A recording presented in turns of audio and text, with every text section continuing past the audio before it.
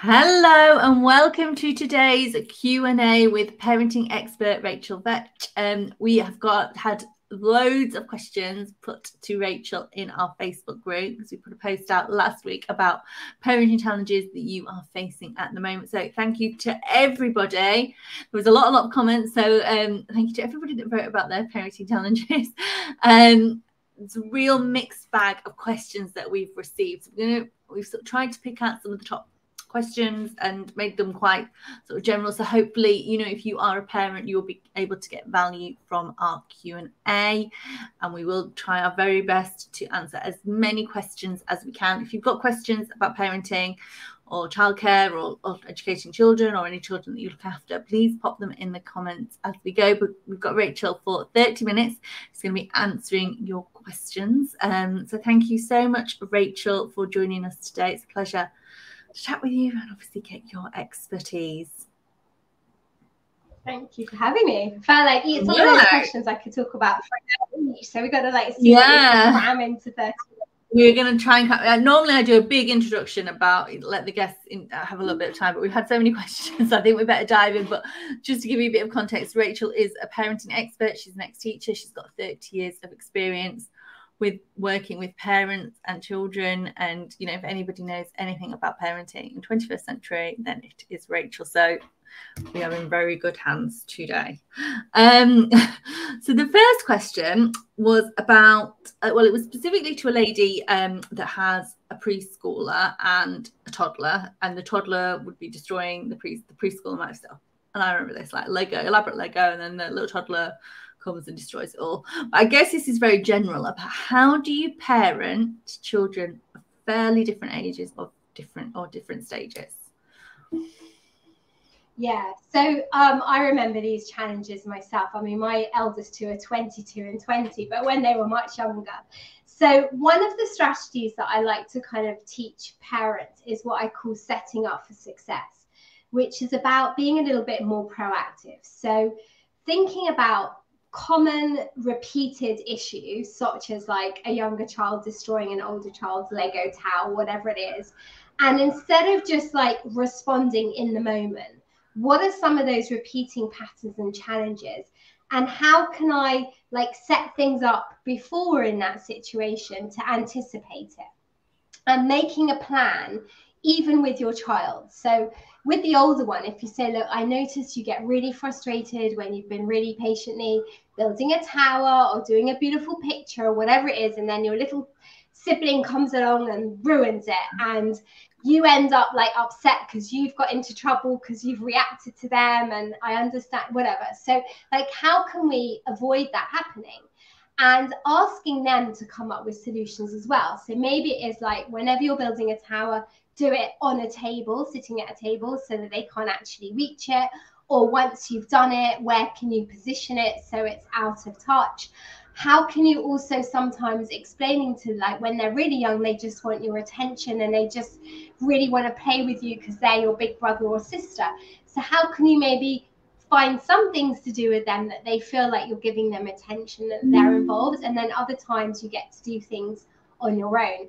I remember another big cause of contention with my kids was when they used to play quite nicely together, but when one of them had a play date and the other one didn't, like the younger one would be really interfering, and like, so one thing with siblings is to like actually, if when they're old enough, to create like rules together. So, you know, what are the rules when one of us has a friend over, or if someone is upset and then you want mum or dad's attention? Like, so they're very clear on, like, we used to have a rule with possessions that when you leave something on the stairs or on the kitchen table, of course your younger sibling's going to be tempted to touch it.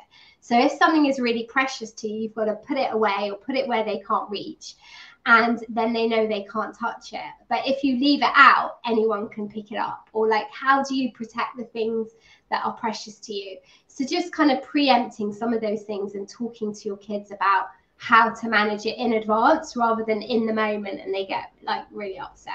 Yeah, that's really good advice. And I guess that's for any age. I mean, I'm just thinking if you've got like a 5-year-old and a 10-year-old and they're into different things, quite difficult, I guess. Yeah, like I remember my kids, like it's a stupid example. We've got like a corner sofa, and if we're watching a family movie, which we're really looking forward to, and we're waiting till the weekend, the arguments, like if the best seat is the one in the corner, right? If you go to the toilet during the movie, does that mean you've lost the seat and the other sibling can jump in there, or have you like stated it?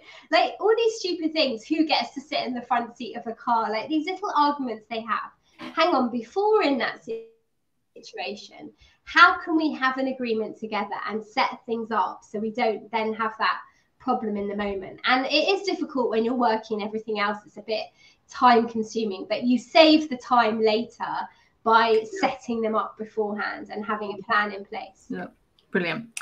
We've had another question. I know we've spoken about it and we said it's fairly specific, so we just wanted to address it so you knew that we weren't ignoring it. But it was about a lady that was looking for childcare and finding it difficult at childcare for her said child, particularly I think during school holidays. So I don't know if you've got any school holidays. Yeah, you wanted to say. Yeah, I mean, so many parents are struggling with, you know, how to keep their kids occupied during the school holidays. And a lot of those kind of camps and childcare centres have, like, some of them have closed over post-COVID, and it's the expense of everything. Yeah. I mean, it's an ongoing problem. I haven't actually been through it myself with my kids for ages because they're older and I don't have to worry so much about that. And also because of my work, I was able to not work during school holidays. But I think it's quite a specific thing of understanding what is available in your area. Yep. So it's not really like you have to research a bit and maybe reach out to the school if they've got ideas, or the other sources of support for a neurodiverse child, whoever helps you also during the year to work out what's the best solution during the school holidays. But there isn't a magic answer, and I'm sure there are lots of parents grappling with that. I suppose it's about doing the research in your local area. And there are a lot of really good, like, Facebook groups and Net Mum groups for different areas. So maybe reaching out and saying, does anyone else with a child in this area, can they suggest what you did? I'm sure it's about getting that advice from other mums, I think, in your local area, or parents, not just mums. Yeah, absolutely. I mean, actually, and there is really good, I mean, I'm just thinking where I live, it's a lot, I mean, it's not necessarily geared at parents, but, you know, local Facebook groups are often very good for, you know, this, and they're often very big, aren't they? There's a lot of people in those groups that should hopefully know. How can I support my child during GCSEs? I guess, or any exams. So, you know, this was the GCSE question, but I guess. Okay. So, as we speak, my third child is doing her last GCSE paper, which started at 1:30, so she's had it for 8 minutes. This is like, I've literally gone through this with my own kids. I think the most important thing, like, they're finally finished. It's an awful process. It goes on and on for weeks. It's not how I think kids should be educated. But the most important thing you can do is support them emotionally, and just keeping an eye on their well-being, keeping things in perspective. My two older kids, like, this one worked really, really hard and was really self-disciplined. I would say my two older ones didn't really fulfill their potential when it came to GCSEs, but they're both now at university and doing really, really well. So it also shows quite a lot of it is down to maturity. And neither of them realised what they actually needed to do in order to do well. But they really kind of went up a gear when it came to A-levels. And it's about kids understanding that this is for them. It's not about to make you happy or your teachers happy. So being like, just being there for them, reflecting back how they're feeling, keeping an eye on their physical and their mental well-being, make sure they're stepping away from the screen, they're spending time with family, having some, you know, fun bits to look forward to, keeping things in perspective, and knowing as well, very importantly, that these results do not define them. As my older child helpfully tells his sister, no one cares about your GCSEs once you're at university. I was like, stop saying that, because she's in the middle of it. Yeah, that's what we know, that's the truth. Brilliant. Such good advice. And the next question, actually, because you mentioned about devices, is how to get my children off their devices. Right. So obviously the whole topic of screens is huge. It's probably one of the biggest challenges that parents face. Also very much depends on different age groups. I literally just got off a webinar for EY where someone was talking about their 2-year-olds, you know, constantly grabbing their phone and wanting to stop stuff. Or is it like your 13-year-olds who spend hours and hours on TikTok or Snapchat, and the impact of social media on, you know, body image and self-esteem. So it depends on the age group, but whatever age, we want to set some healthy boundaries around the use of screens and try and get our kids to use them safely and responsibly.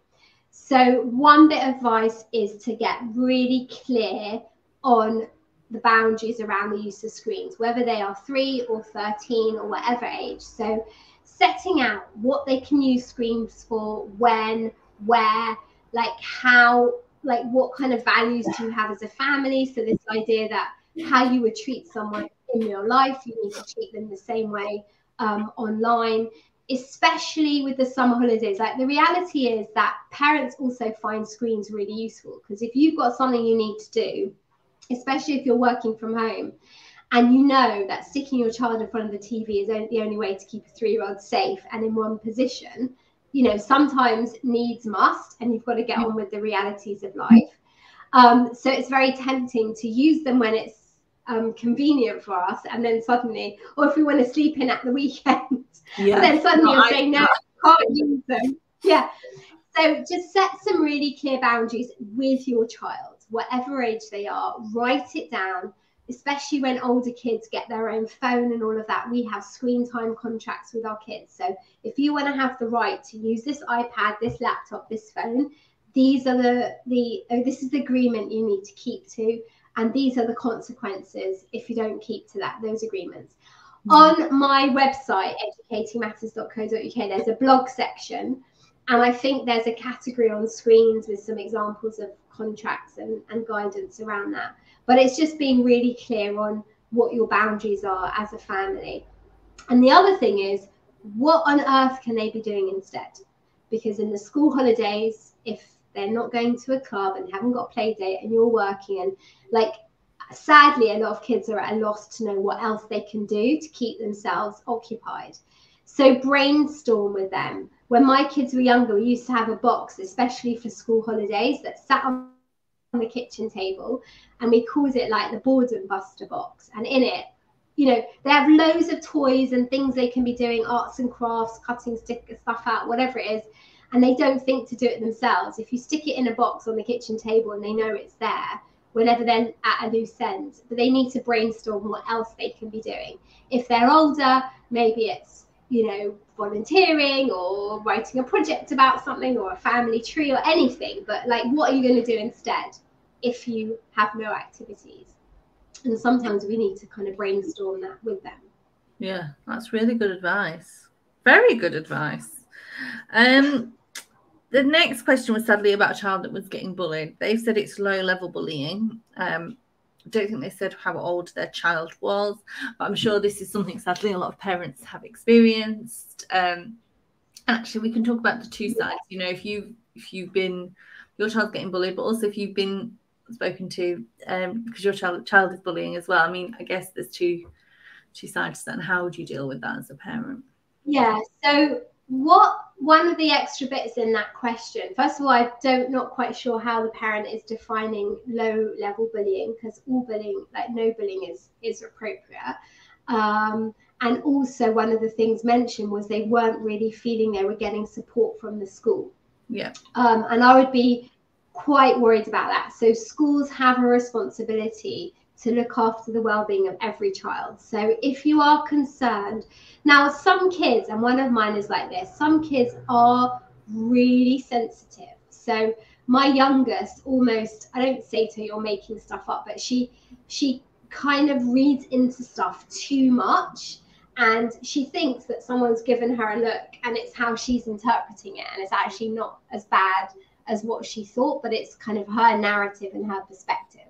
So it's kind of keeping track of what's going on. So keeping a record, keeping a diary, speaking to the school about how it's impacting on your child.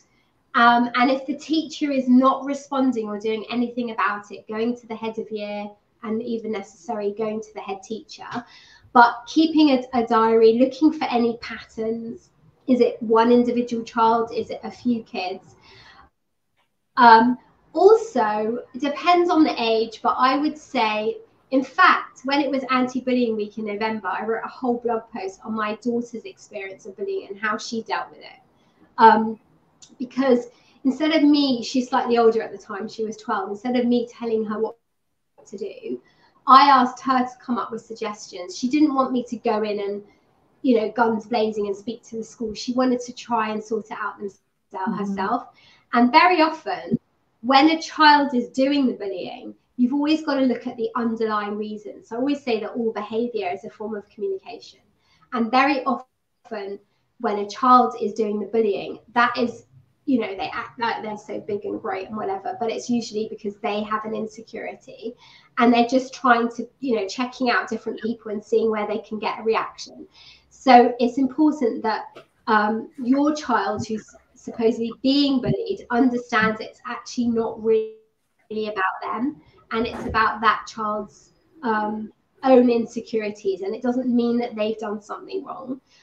It's also really important to boost their confidence and self-esteem and help them to feel more resilient and talk about what can you do in this situation. So what kinds of things are the other kids doing? Are they saying something? Are they doing something? Is it at break time? Is it at dinner time? What, you know, are there patterns? And helping them feel that they've got the tools and resources to respond. With younger kids, a really good way is to use role play. So like, let's practice, let's pretend we're in the playground and you be you and I'll be the child that comes up to you and says whatever. What can you say back to them? Or how can you respond? Because very often parents say, oh, you know, just ignore it or walk away or tell a teacher. But if they've actually got a plan, again, it's an example of setting up for success, but they've role played with you different scenarios and they're ready with the language of how to respond. That can be really helpful.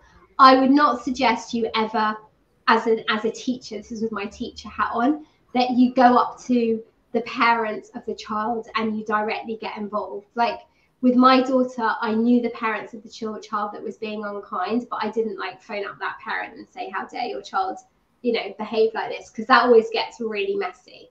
So I did. You always go through the teacher. Yeah, even if you know the parents, because it's just too, you know, sensitive and it can end really badly. So approach. I mean, I'm just thinking there's not doing anything. Like this, obviously, this is a girl thing. It's not necessarily being, well, it is unkind, but it's not necessarily calling someone a name or anything. It's more like, you can't play with us. It's like that. You get a lot of that with girls, and that is mean, isn't it? It's isolating for that child that can't play in the group. Yeah, but then you could say, you know, maybe fair enough, they've got their own thing they're into, and you know, maybe your child, like we all think our child's done nothing wrong, but maybe your child's, I'm not saying your child personally, but I said to my daughter, maybe you are irritating, or like they're all involved in something and they don't want to play your game, or you know, there's lots of different perspectives and saying, well, why do you think they may react like that? What, you know, so it's again looking at the underlying reasons as well. Yeah, brilliant. All right, I hope that helped. And the next one was my child swears a lot.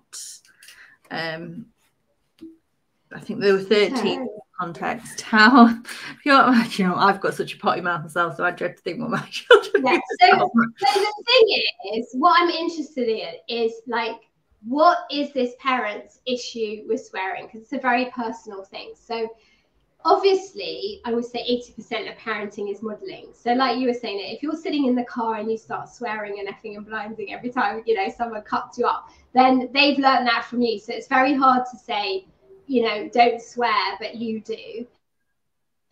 It's recognizing that at 13, there are loads and loads of outside influences, and way more than when we were kids, because basically you had your peers at school, but now with social media and music videos and like all these really cool influencers using, you know, horrible language, they think it's normalized. They think that's fine. They see adults doing it all the time. And also trying to understand, like, why are they doing it? Is it just to get a reaction from you? Are they not even consciously thinking about it? They've just got into the habit. Or is it because it's their expression of rebellion and they know it winds you up? Or is there like no real reason behind it? Now, what I can tell you doesn't work is nagging and repeating and threatening and saying, if you do this, I'm going to do that. And like, your relationship and connection is the most important thing. So I think the best way, and not necessarily in the moments, if they start swearing at you because they're really angry and you've said, right, you're not going to that party or whatever, everyone needs to just calm down. And then afterwards you come to them. And if you use what I call an I statement, you explain what they've done, how you feel about it. So, you know, I feel really disrespected when you speak to me like this, and I find it really hard and upsetting. Start a sentence with the word I, rather than, you know, you are so rude and you're going to end up this, that, and the other. But they will understand your perspective and maybe feel a little bit more, not like guilt, but understanding of why you have an issue with it if you say it in a really gentle, calm way. So it's probably not in the moment. And you can say to them, look, I know maybe a lot of your friends swear and you see it, like, you've got to question where it's coming from. Is it the films they're watching? And I appreciate that it might feel normal to you, but I want to find a way to change this. I don't feel comfortable with it in our home. Have you got any ideas of how you can adjust that habit? Or you can talk to them about how they may be perceived by other people if they use that kind of language. So if it's, you know, at a grandparent's house, or maybe, you know, they'll end up having an internship or something, and then it just comes out, like, what do some of these words mean and what is the impression that it gives others? So to make out like you're trying to adjust it to protect them and understand the impact it has, rather than just because I'm not tolerating it kind of thing. Yeah, really good advice. Right, no Next question. I know we probably got time for a couple more, so apologies if we missed yours. Potty training. Have you got any tips? And this is somebody I went through it for 2 years. So this is going back a while. If I think back to my son, who was 22 on Friday, I so remember my first attempt at potty training. I did it way too young. And even at that age, he was about 2.5 or 2.25. And he goes, I don't want stickers. I don't want chocolate. I just want my nappy. Like, he had no interest. And there is very much, having kind of done this 4 times and spoken lots to parents about it. And I think you said this in the chat as well. You cannot, this is something your child is in control of, and they need to be ready. Like, if you are trying to push your child in terms of when it's convenient for you, and you're thinking, oh, it's easier over the summer if they get wet and all of that, or obviously if they're about to start nursery and the nursery insisted they need to be potty trained, you have got a deadline. But very often you can try. I remember with him, I tried for like a week or 10 days and he was just wetting himself all over the place. I left it for a couple of months, took the nappy off, and in a day it was done. So it's got to be done in a positive way. They've got to be ready. They've got to have some sense of, like, their body, you know, if they go off in a corner very quiet and withdrawn, like, your body's telling you need to do a poo, or, you know, making it fun, getting them to sit on the potty first of all with their clothes on, taking the contents of their nappy and putting it in the potty so they know that's where it goes. There's loads of books and things and resources you can use.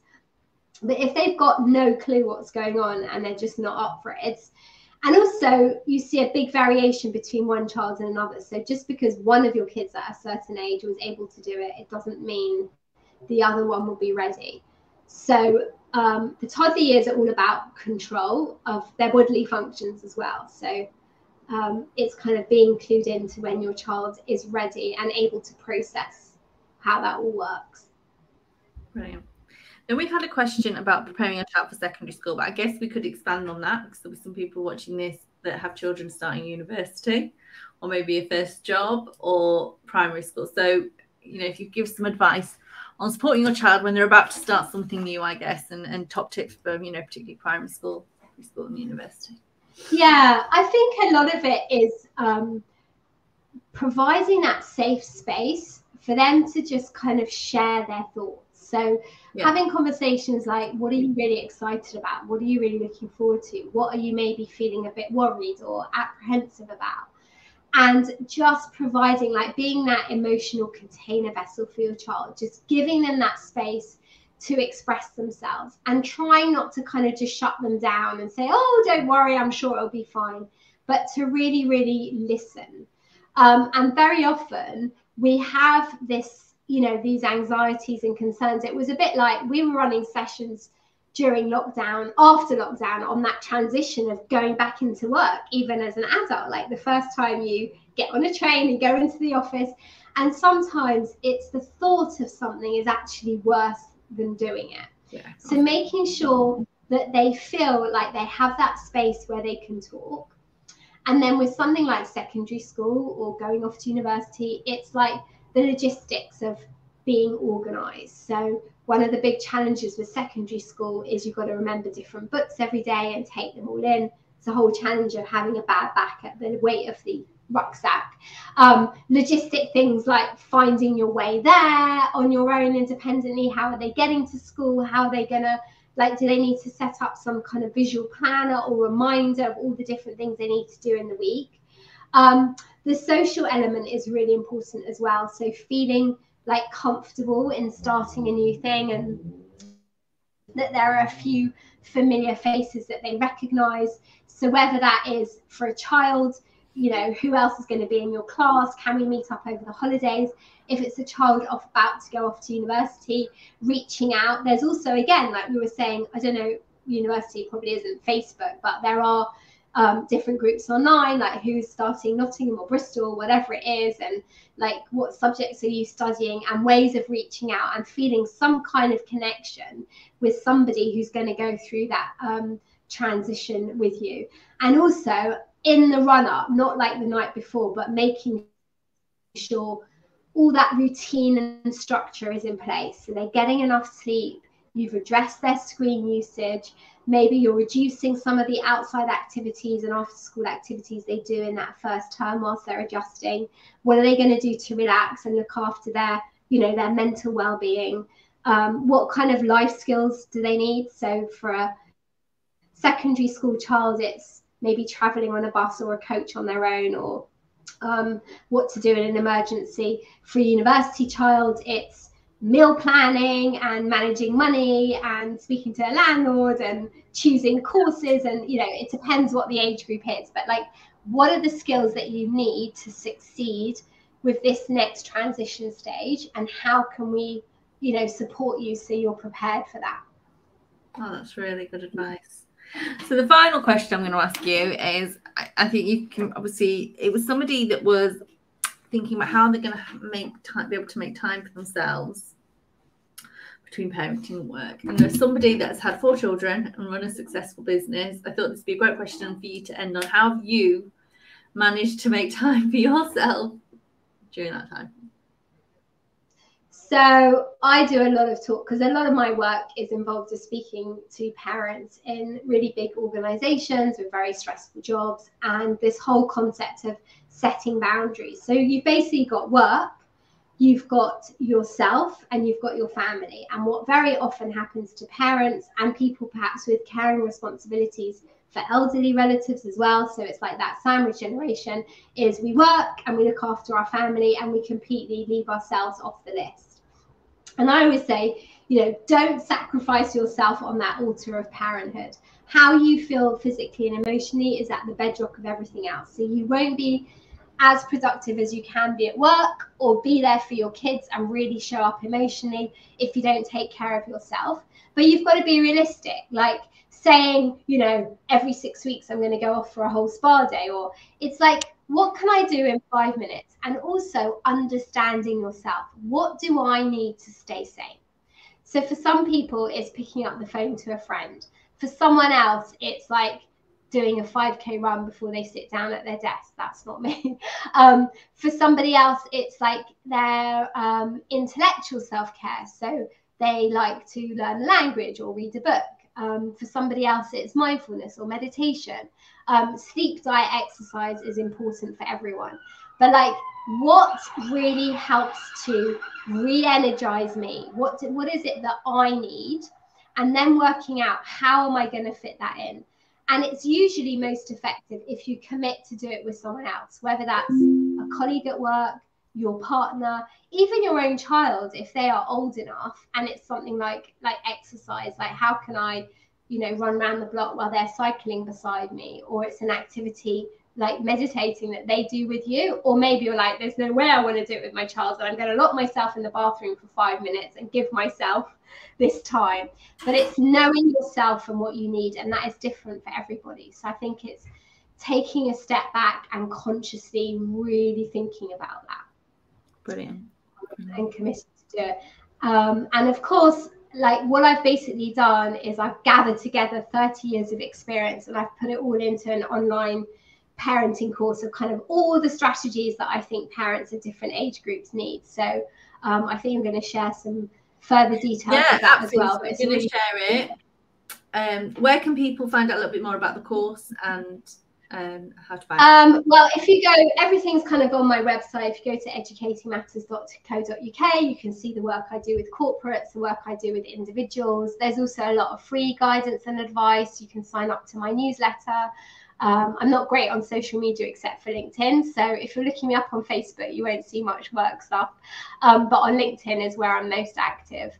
And for the parenting course, there are details on my website. There's a section called parenting classes. So yeah. Oh, well, this was really helpful. I know that a lot of people are watching this replay, so I will send the replay out to everybody that has asked the questions. I've made a note as well on the order that we dived into each question as well, so you can just skip to yours if you want to do that. Thank you so much, Rachel, for your time today. If you want to connect with Rachel, like she said, she's best on LinkedIn, but we'll put all the links in the show notes. Thank you so much. Thank you.